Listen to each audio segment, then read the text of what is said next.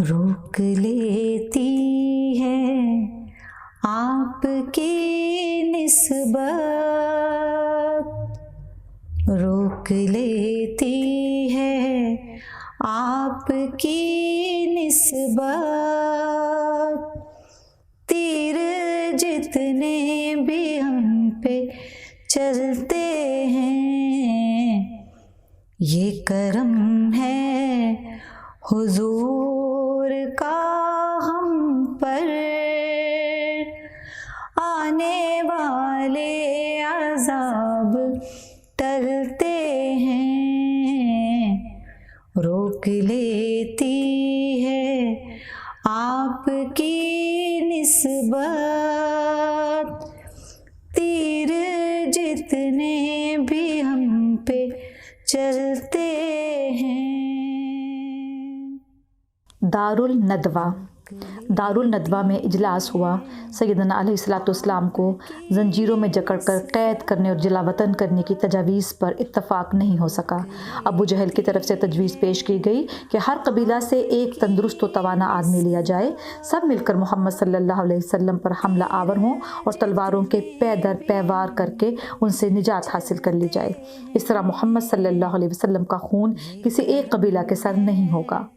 محمد صلی اللہ علیہ وسلم کے قبیلے والے اور ان کے اتحادی تمام عرب سے جنگ کرنے کی استطاعت نہیں رکھتے۔ یہ تجویز شرکائے مجلس کو پسند آئی اور اس پر عمر درآمد کا منصوبہ تیار کر لیا گیا۔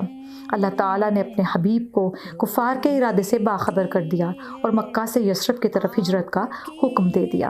رات کے دوسرے پہر سیدنا علیہ الصلوۃ والسلام کے گھر کے باہر مسلح نوجوانوں کی مشکوک حرکت شروع ہو چکی تھی۔ وہ طے شدہ پروگرام کے مطابق اپنے ناپاک ارادے پر عمل کرنے کے لیے تیار تھے۔ سیدنا علیہ الصلوۃ والسلام نے حضرت علی رضی اللہ تعالیٰ عنہ سے فرمایا کہ تم میری چادر اوڑھ کر میرے بستر پر سو جاؤ۔ چند مزید ہدایات دے کر گھر سے باہر تشریف لے آئے۔ اس وقت آپ صلی اللہ علیہ وسلم نے سورہ یاسین کی 9ویں آیت تلاوت کی، اور بنائی ہم نے ان کے آگے دیوار اور ان کے پیچھے دیوار، پھر اوپر سے ڈھانک دیا سو ان کو نہیں سوچتا۔ سیدنا علیہ الصلوۃ والسلام کفار کے صفوں کے بیچ میں سے نکلتے چلے گئے۔ پروگرام کے مطابق کفار مکہ جب سیدنا علیہ الصلوۃ والسلام کے گھر میں داخل ہوئے تو حضور کے بستر پر حضرت علی کو دیکھ کر انہیں اپنی ناکامی اور نامرادی پر سخت افسوس ہوا، اور جب فریب بنانے لگے کافر کہ تجھ کو بٹھائیں یا مار ڈالیں یا نکال دیں، اور وہ بھی فریب کرتے تھے اور اللہ بھی فریب کرتا تھا، اور اللہ کا فریب سب سے بہتر ہے۔ سورہ الانفال۔ سیدنا علیہ الصلوۃ والسلام حضرت ابوبکر صدیق کے ساتھ پوری رات سفر کرتے رہے۔ صبح صادق کے وقت وہ لوگ غارِ ثور کے نزدیک پہنچ گئے۔ حضرت ابوبکر صدیق رضی اللہ تعالیٰ عنہ عمر کے لحاظ سے حضور علیہ الصلوۃ والسلام سے 3 سال بڑے تھے۔ ان کا شمار مکہ کے متمول افراد میں ہوتا تھا، لیکن انہوں نے اپنی تمام دولت اور جائیداد اسلام کی راہ میں قربان کر دی تھی۔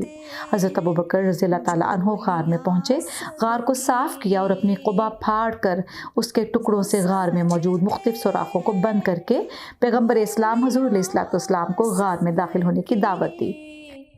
غار ثور میں کوئی ایسی چیز موجود نہ تھی جس پر سر رکھ کر حضور علیہ الصلوۃ والسلام استراحت فرماتے۔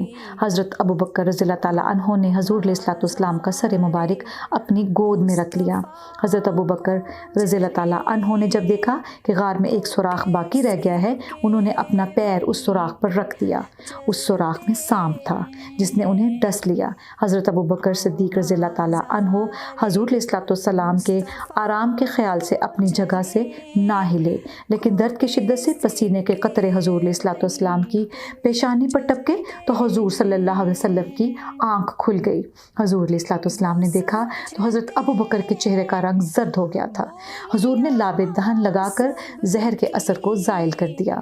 قریش کے کارندے اسی رات مکہ کے آس پاس پھیل گئے اور گرد و نواح کے بیابانوں میں حضور علیہ الصلوۃ والسلام کی تلاش شروع کر دی۔ انہوں نے یہ اعلان بھی کروا دیا کہ جو شخص آپ صلی اللہ علیہ وسلم کو ڈھونڈ نکالے گا اسے انعام کے طور پر 100 اونٹ پیش کیے جائیں گے۔ اگلے روز قریش کے کارندے تیز رفتار اونٹوں کے ذریعے اس علاقے تک پہنچ گئے جہاں حضور علیہ الصلوۃ والسلام حضرت ابوبکر رضی اللہ تعالیٰ عنہ کے ہمراہ تشریف فرما تھے۔ قریش کے افراد غار کے سامنے سے گزرے۔ تعقب کرنے والوں نے دیکھا کہ غار کے منہ پر مکڑی کا جالا بنا ہوا ہے۔ پیغمبر اسلام حضور علیہ الصلوۃ والسلام کا تعقب کرنے والے دوسرے گروہ کے لوگ بھی غار کے قریب سے گزرے اور انہوں نے دیکھا کہ غار میں ایک پرندے کا گھونسلہ بنا ہوا ہے اور اس کے انڈے بھی ہیں۔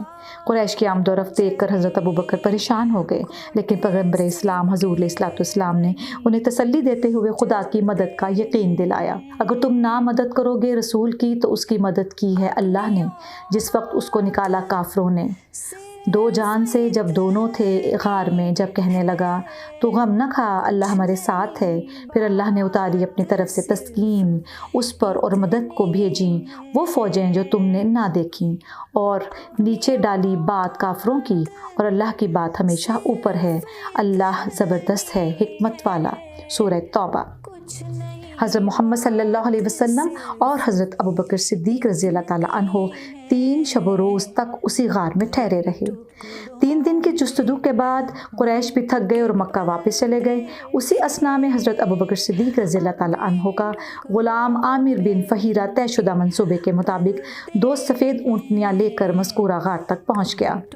سفر ہجرت کے اگلے مرحلے میں حضور علیہ الصلوۃ والسلام قباء میں داخل ہوئے اور کلثوم سیدنا علیہ الصلوۃ والسلام اور ان کے رفیق غار حضرت ابوبکر صدیق کی میزبانی کے شرف سے مشرف ہوئیں۔ سیدنا علیہ الصلوۃ والسلام نے 20 روز تک قباء میں قیام فرمایا اور اسلام کی پہلی مسجد قباء میں تعمیر کی۔ مسجد کی تعمیر میں سیدنا علیہ الصلوۃ والسلام بنفس نفیس شریک ہوئے۔ روک لیتی ہے آپ کی نسبت، تیر جتنے بھی ہم پہ چلتے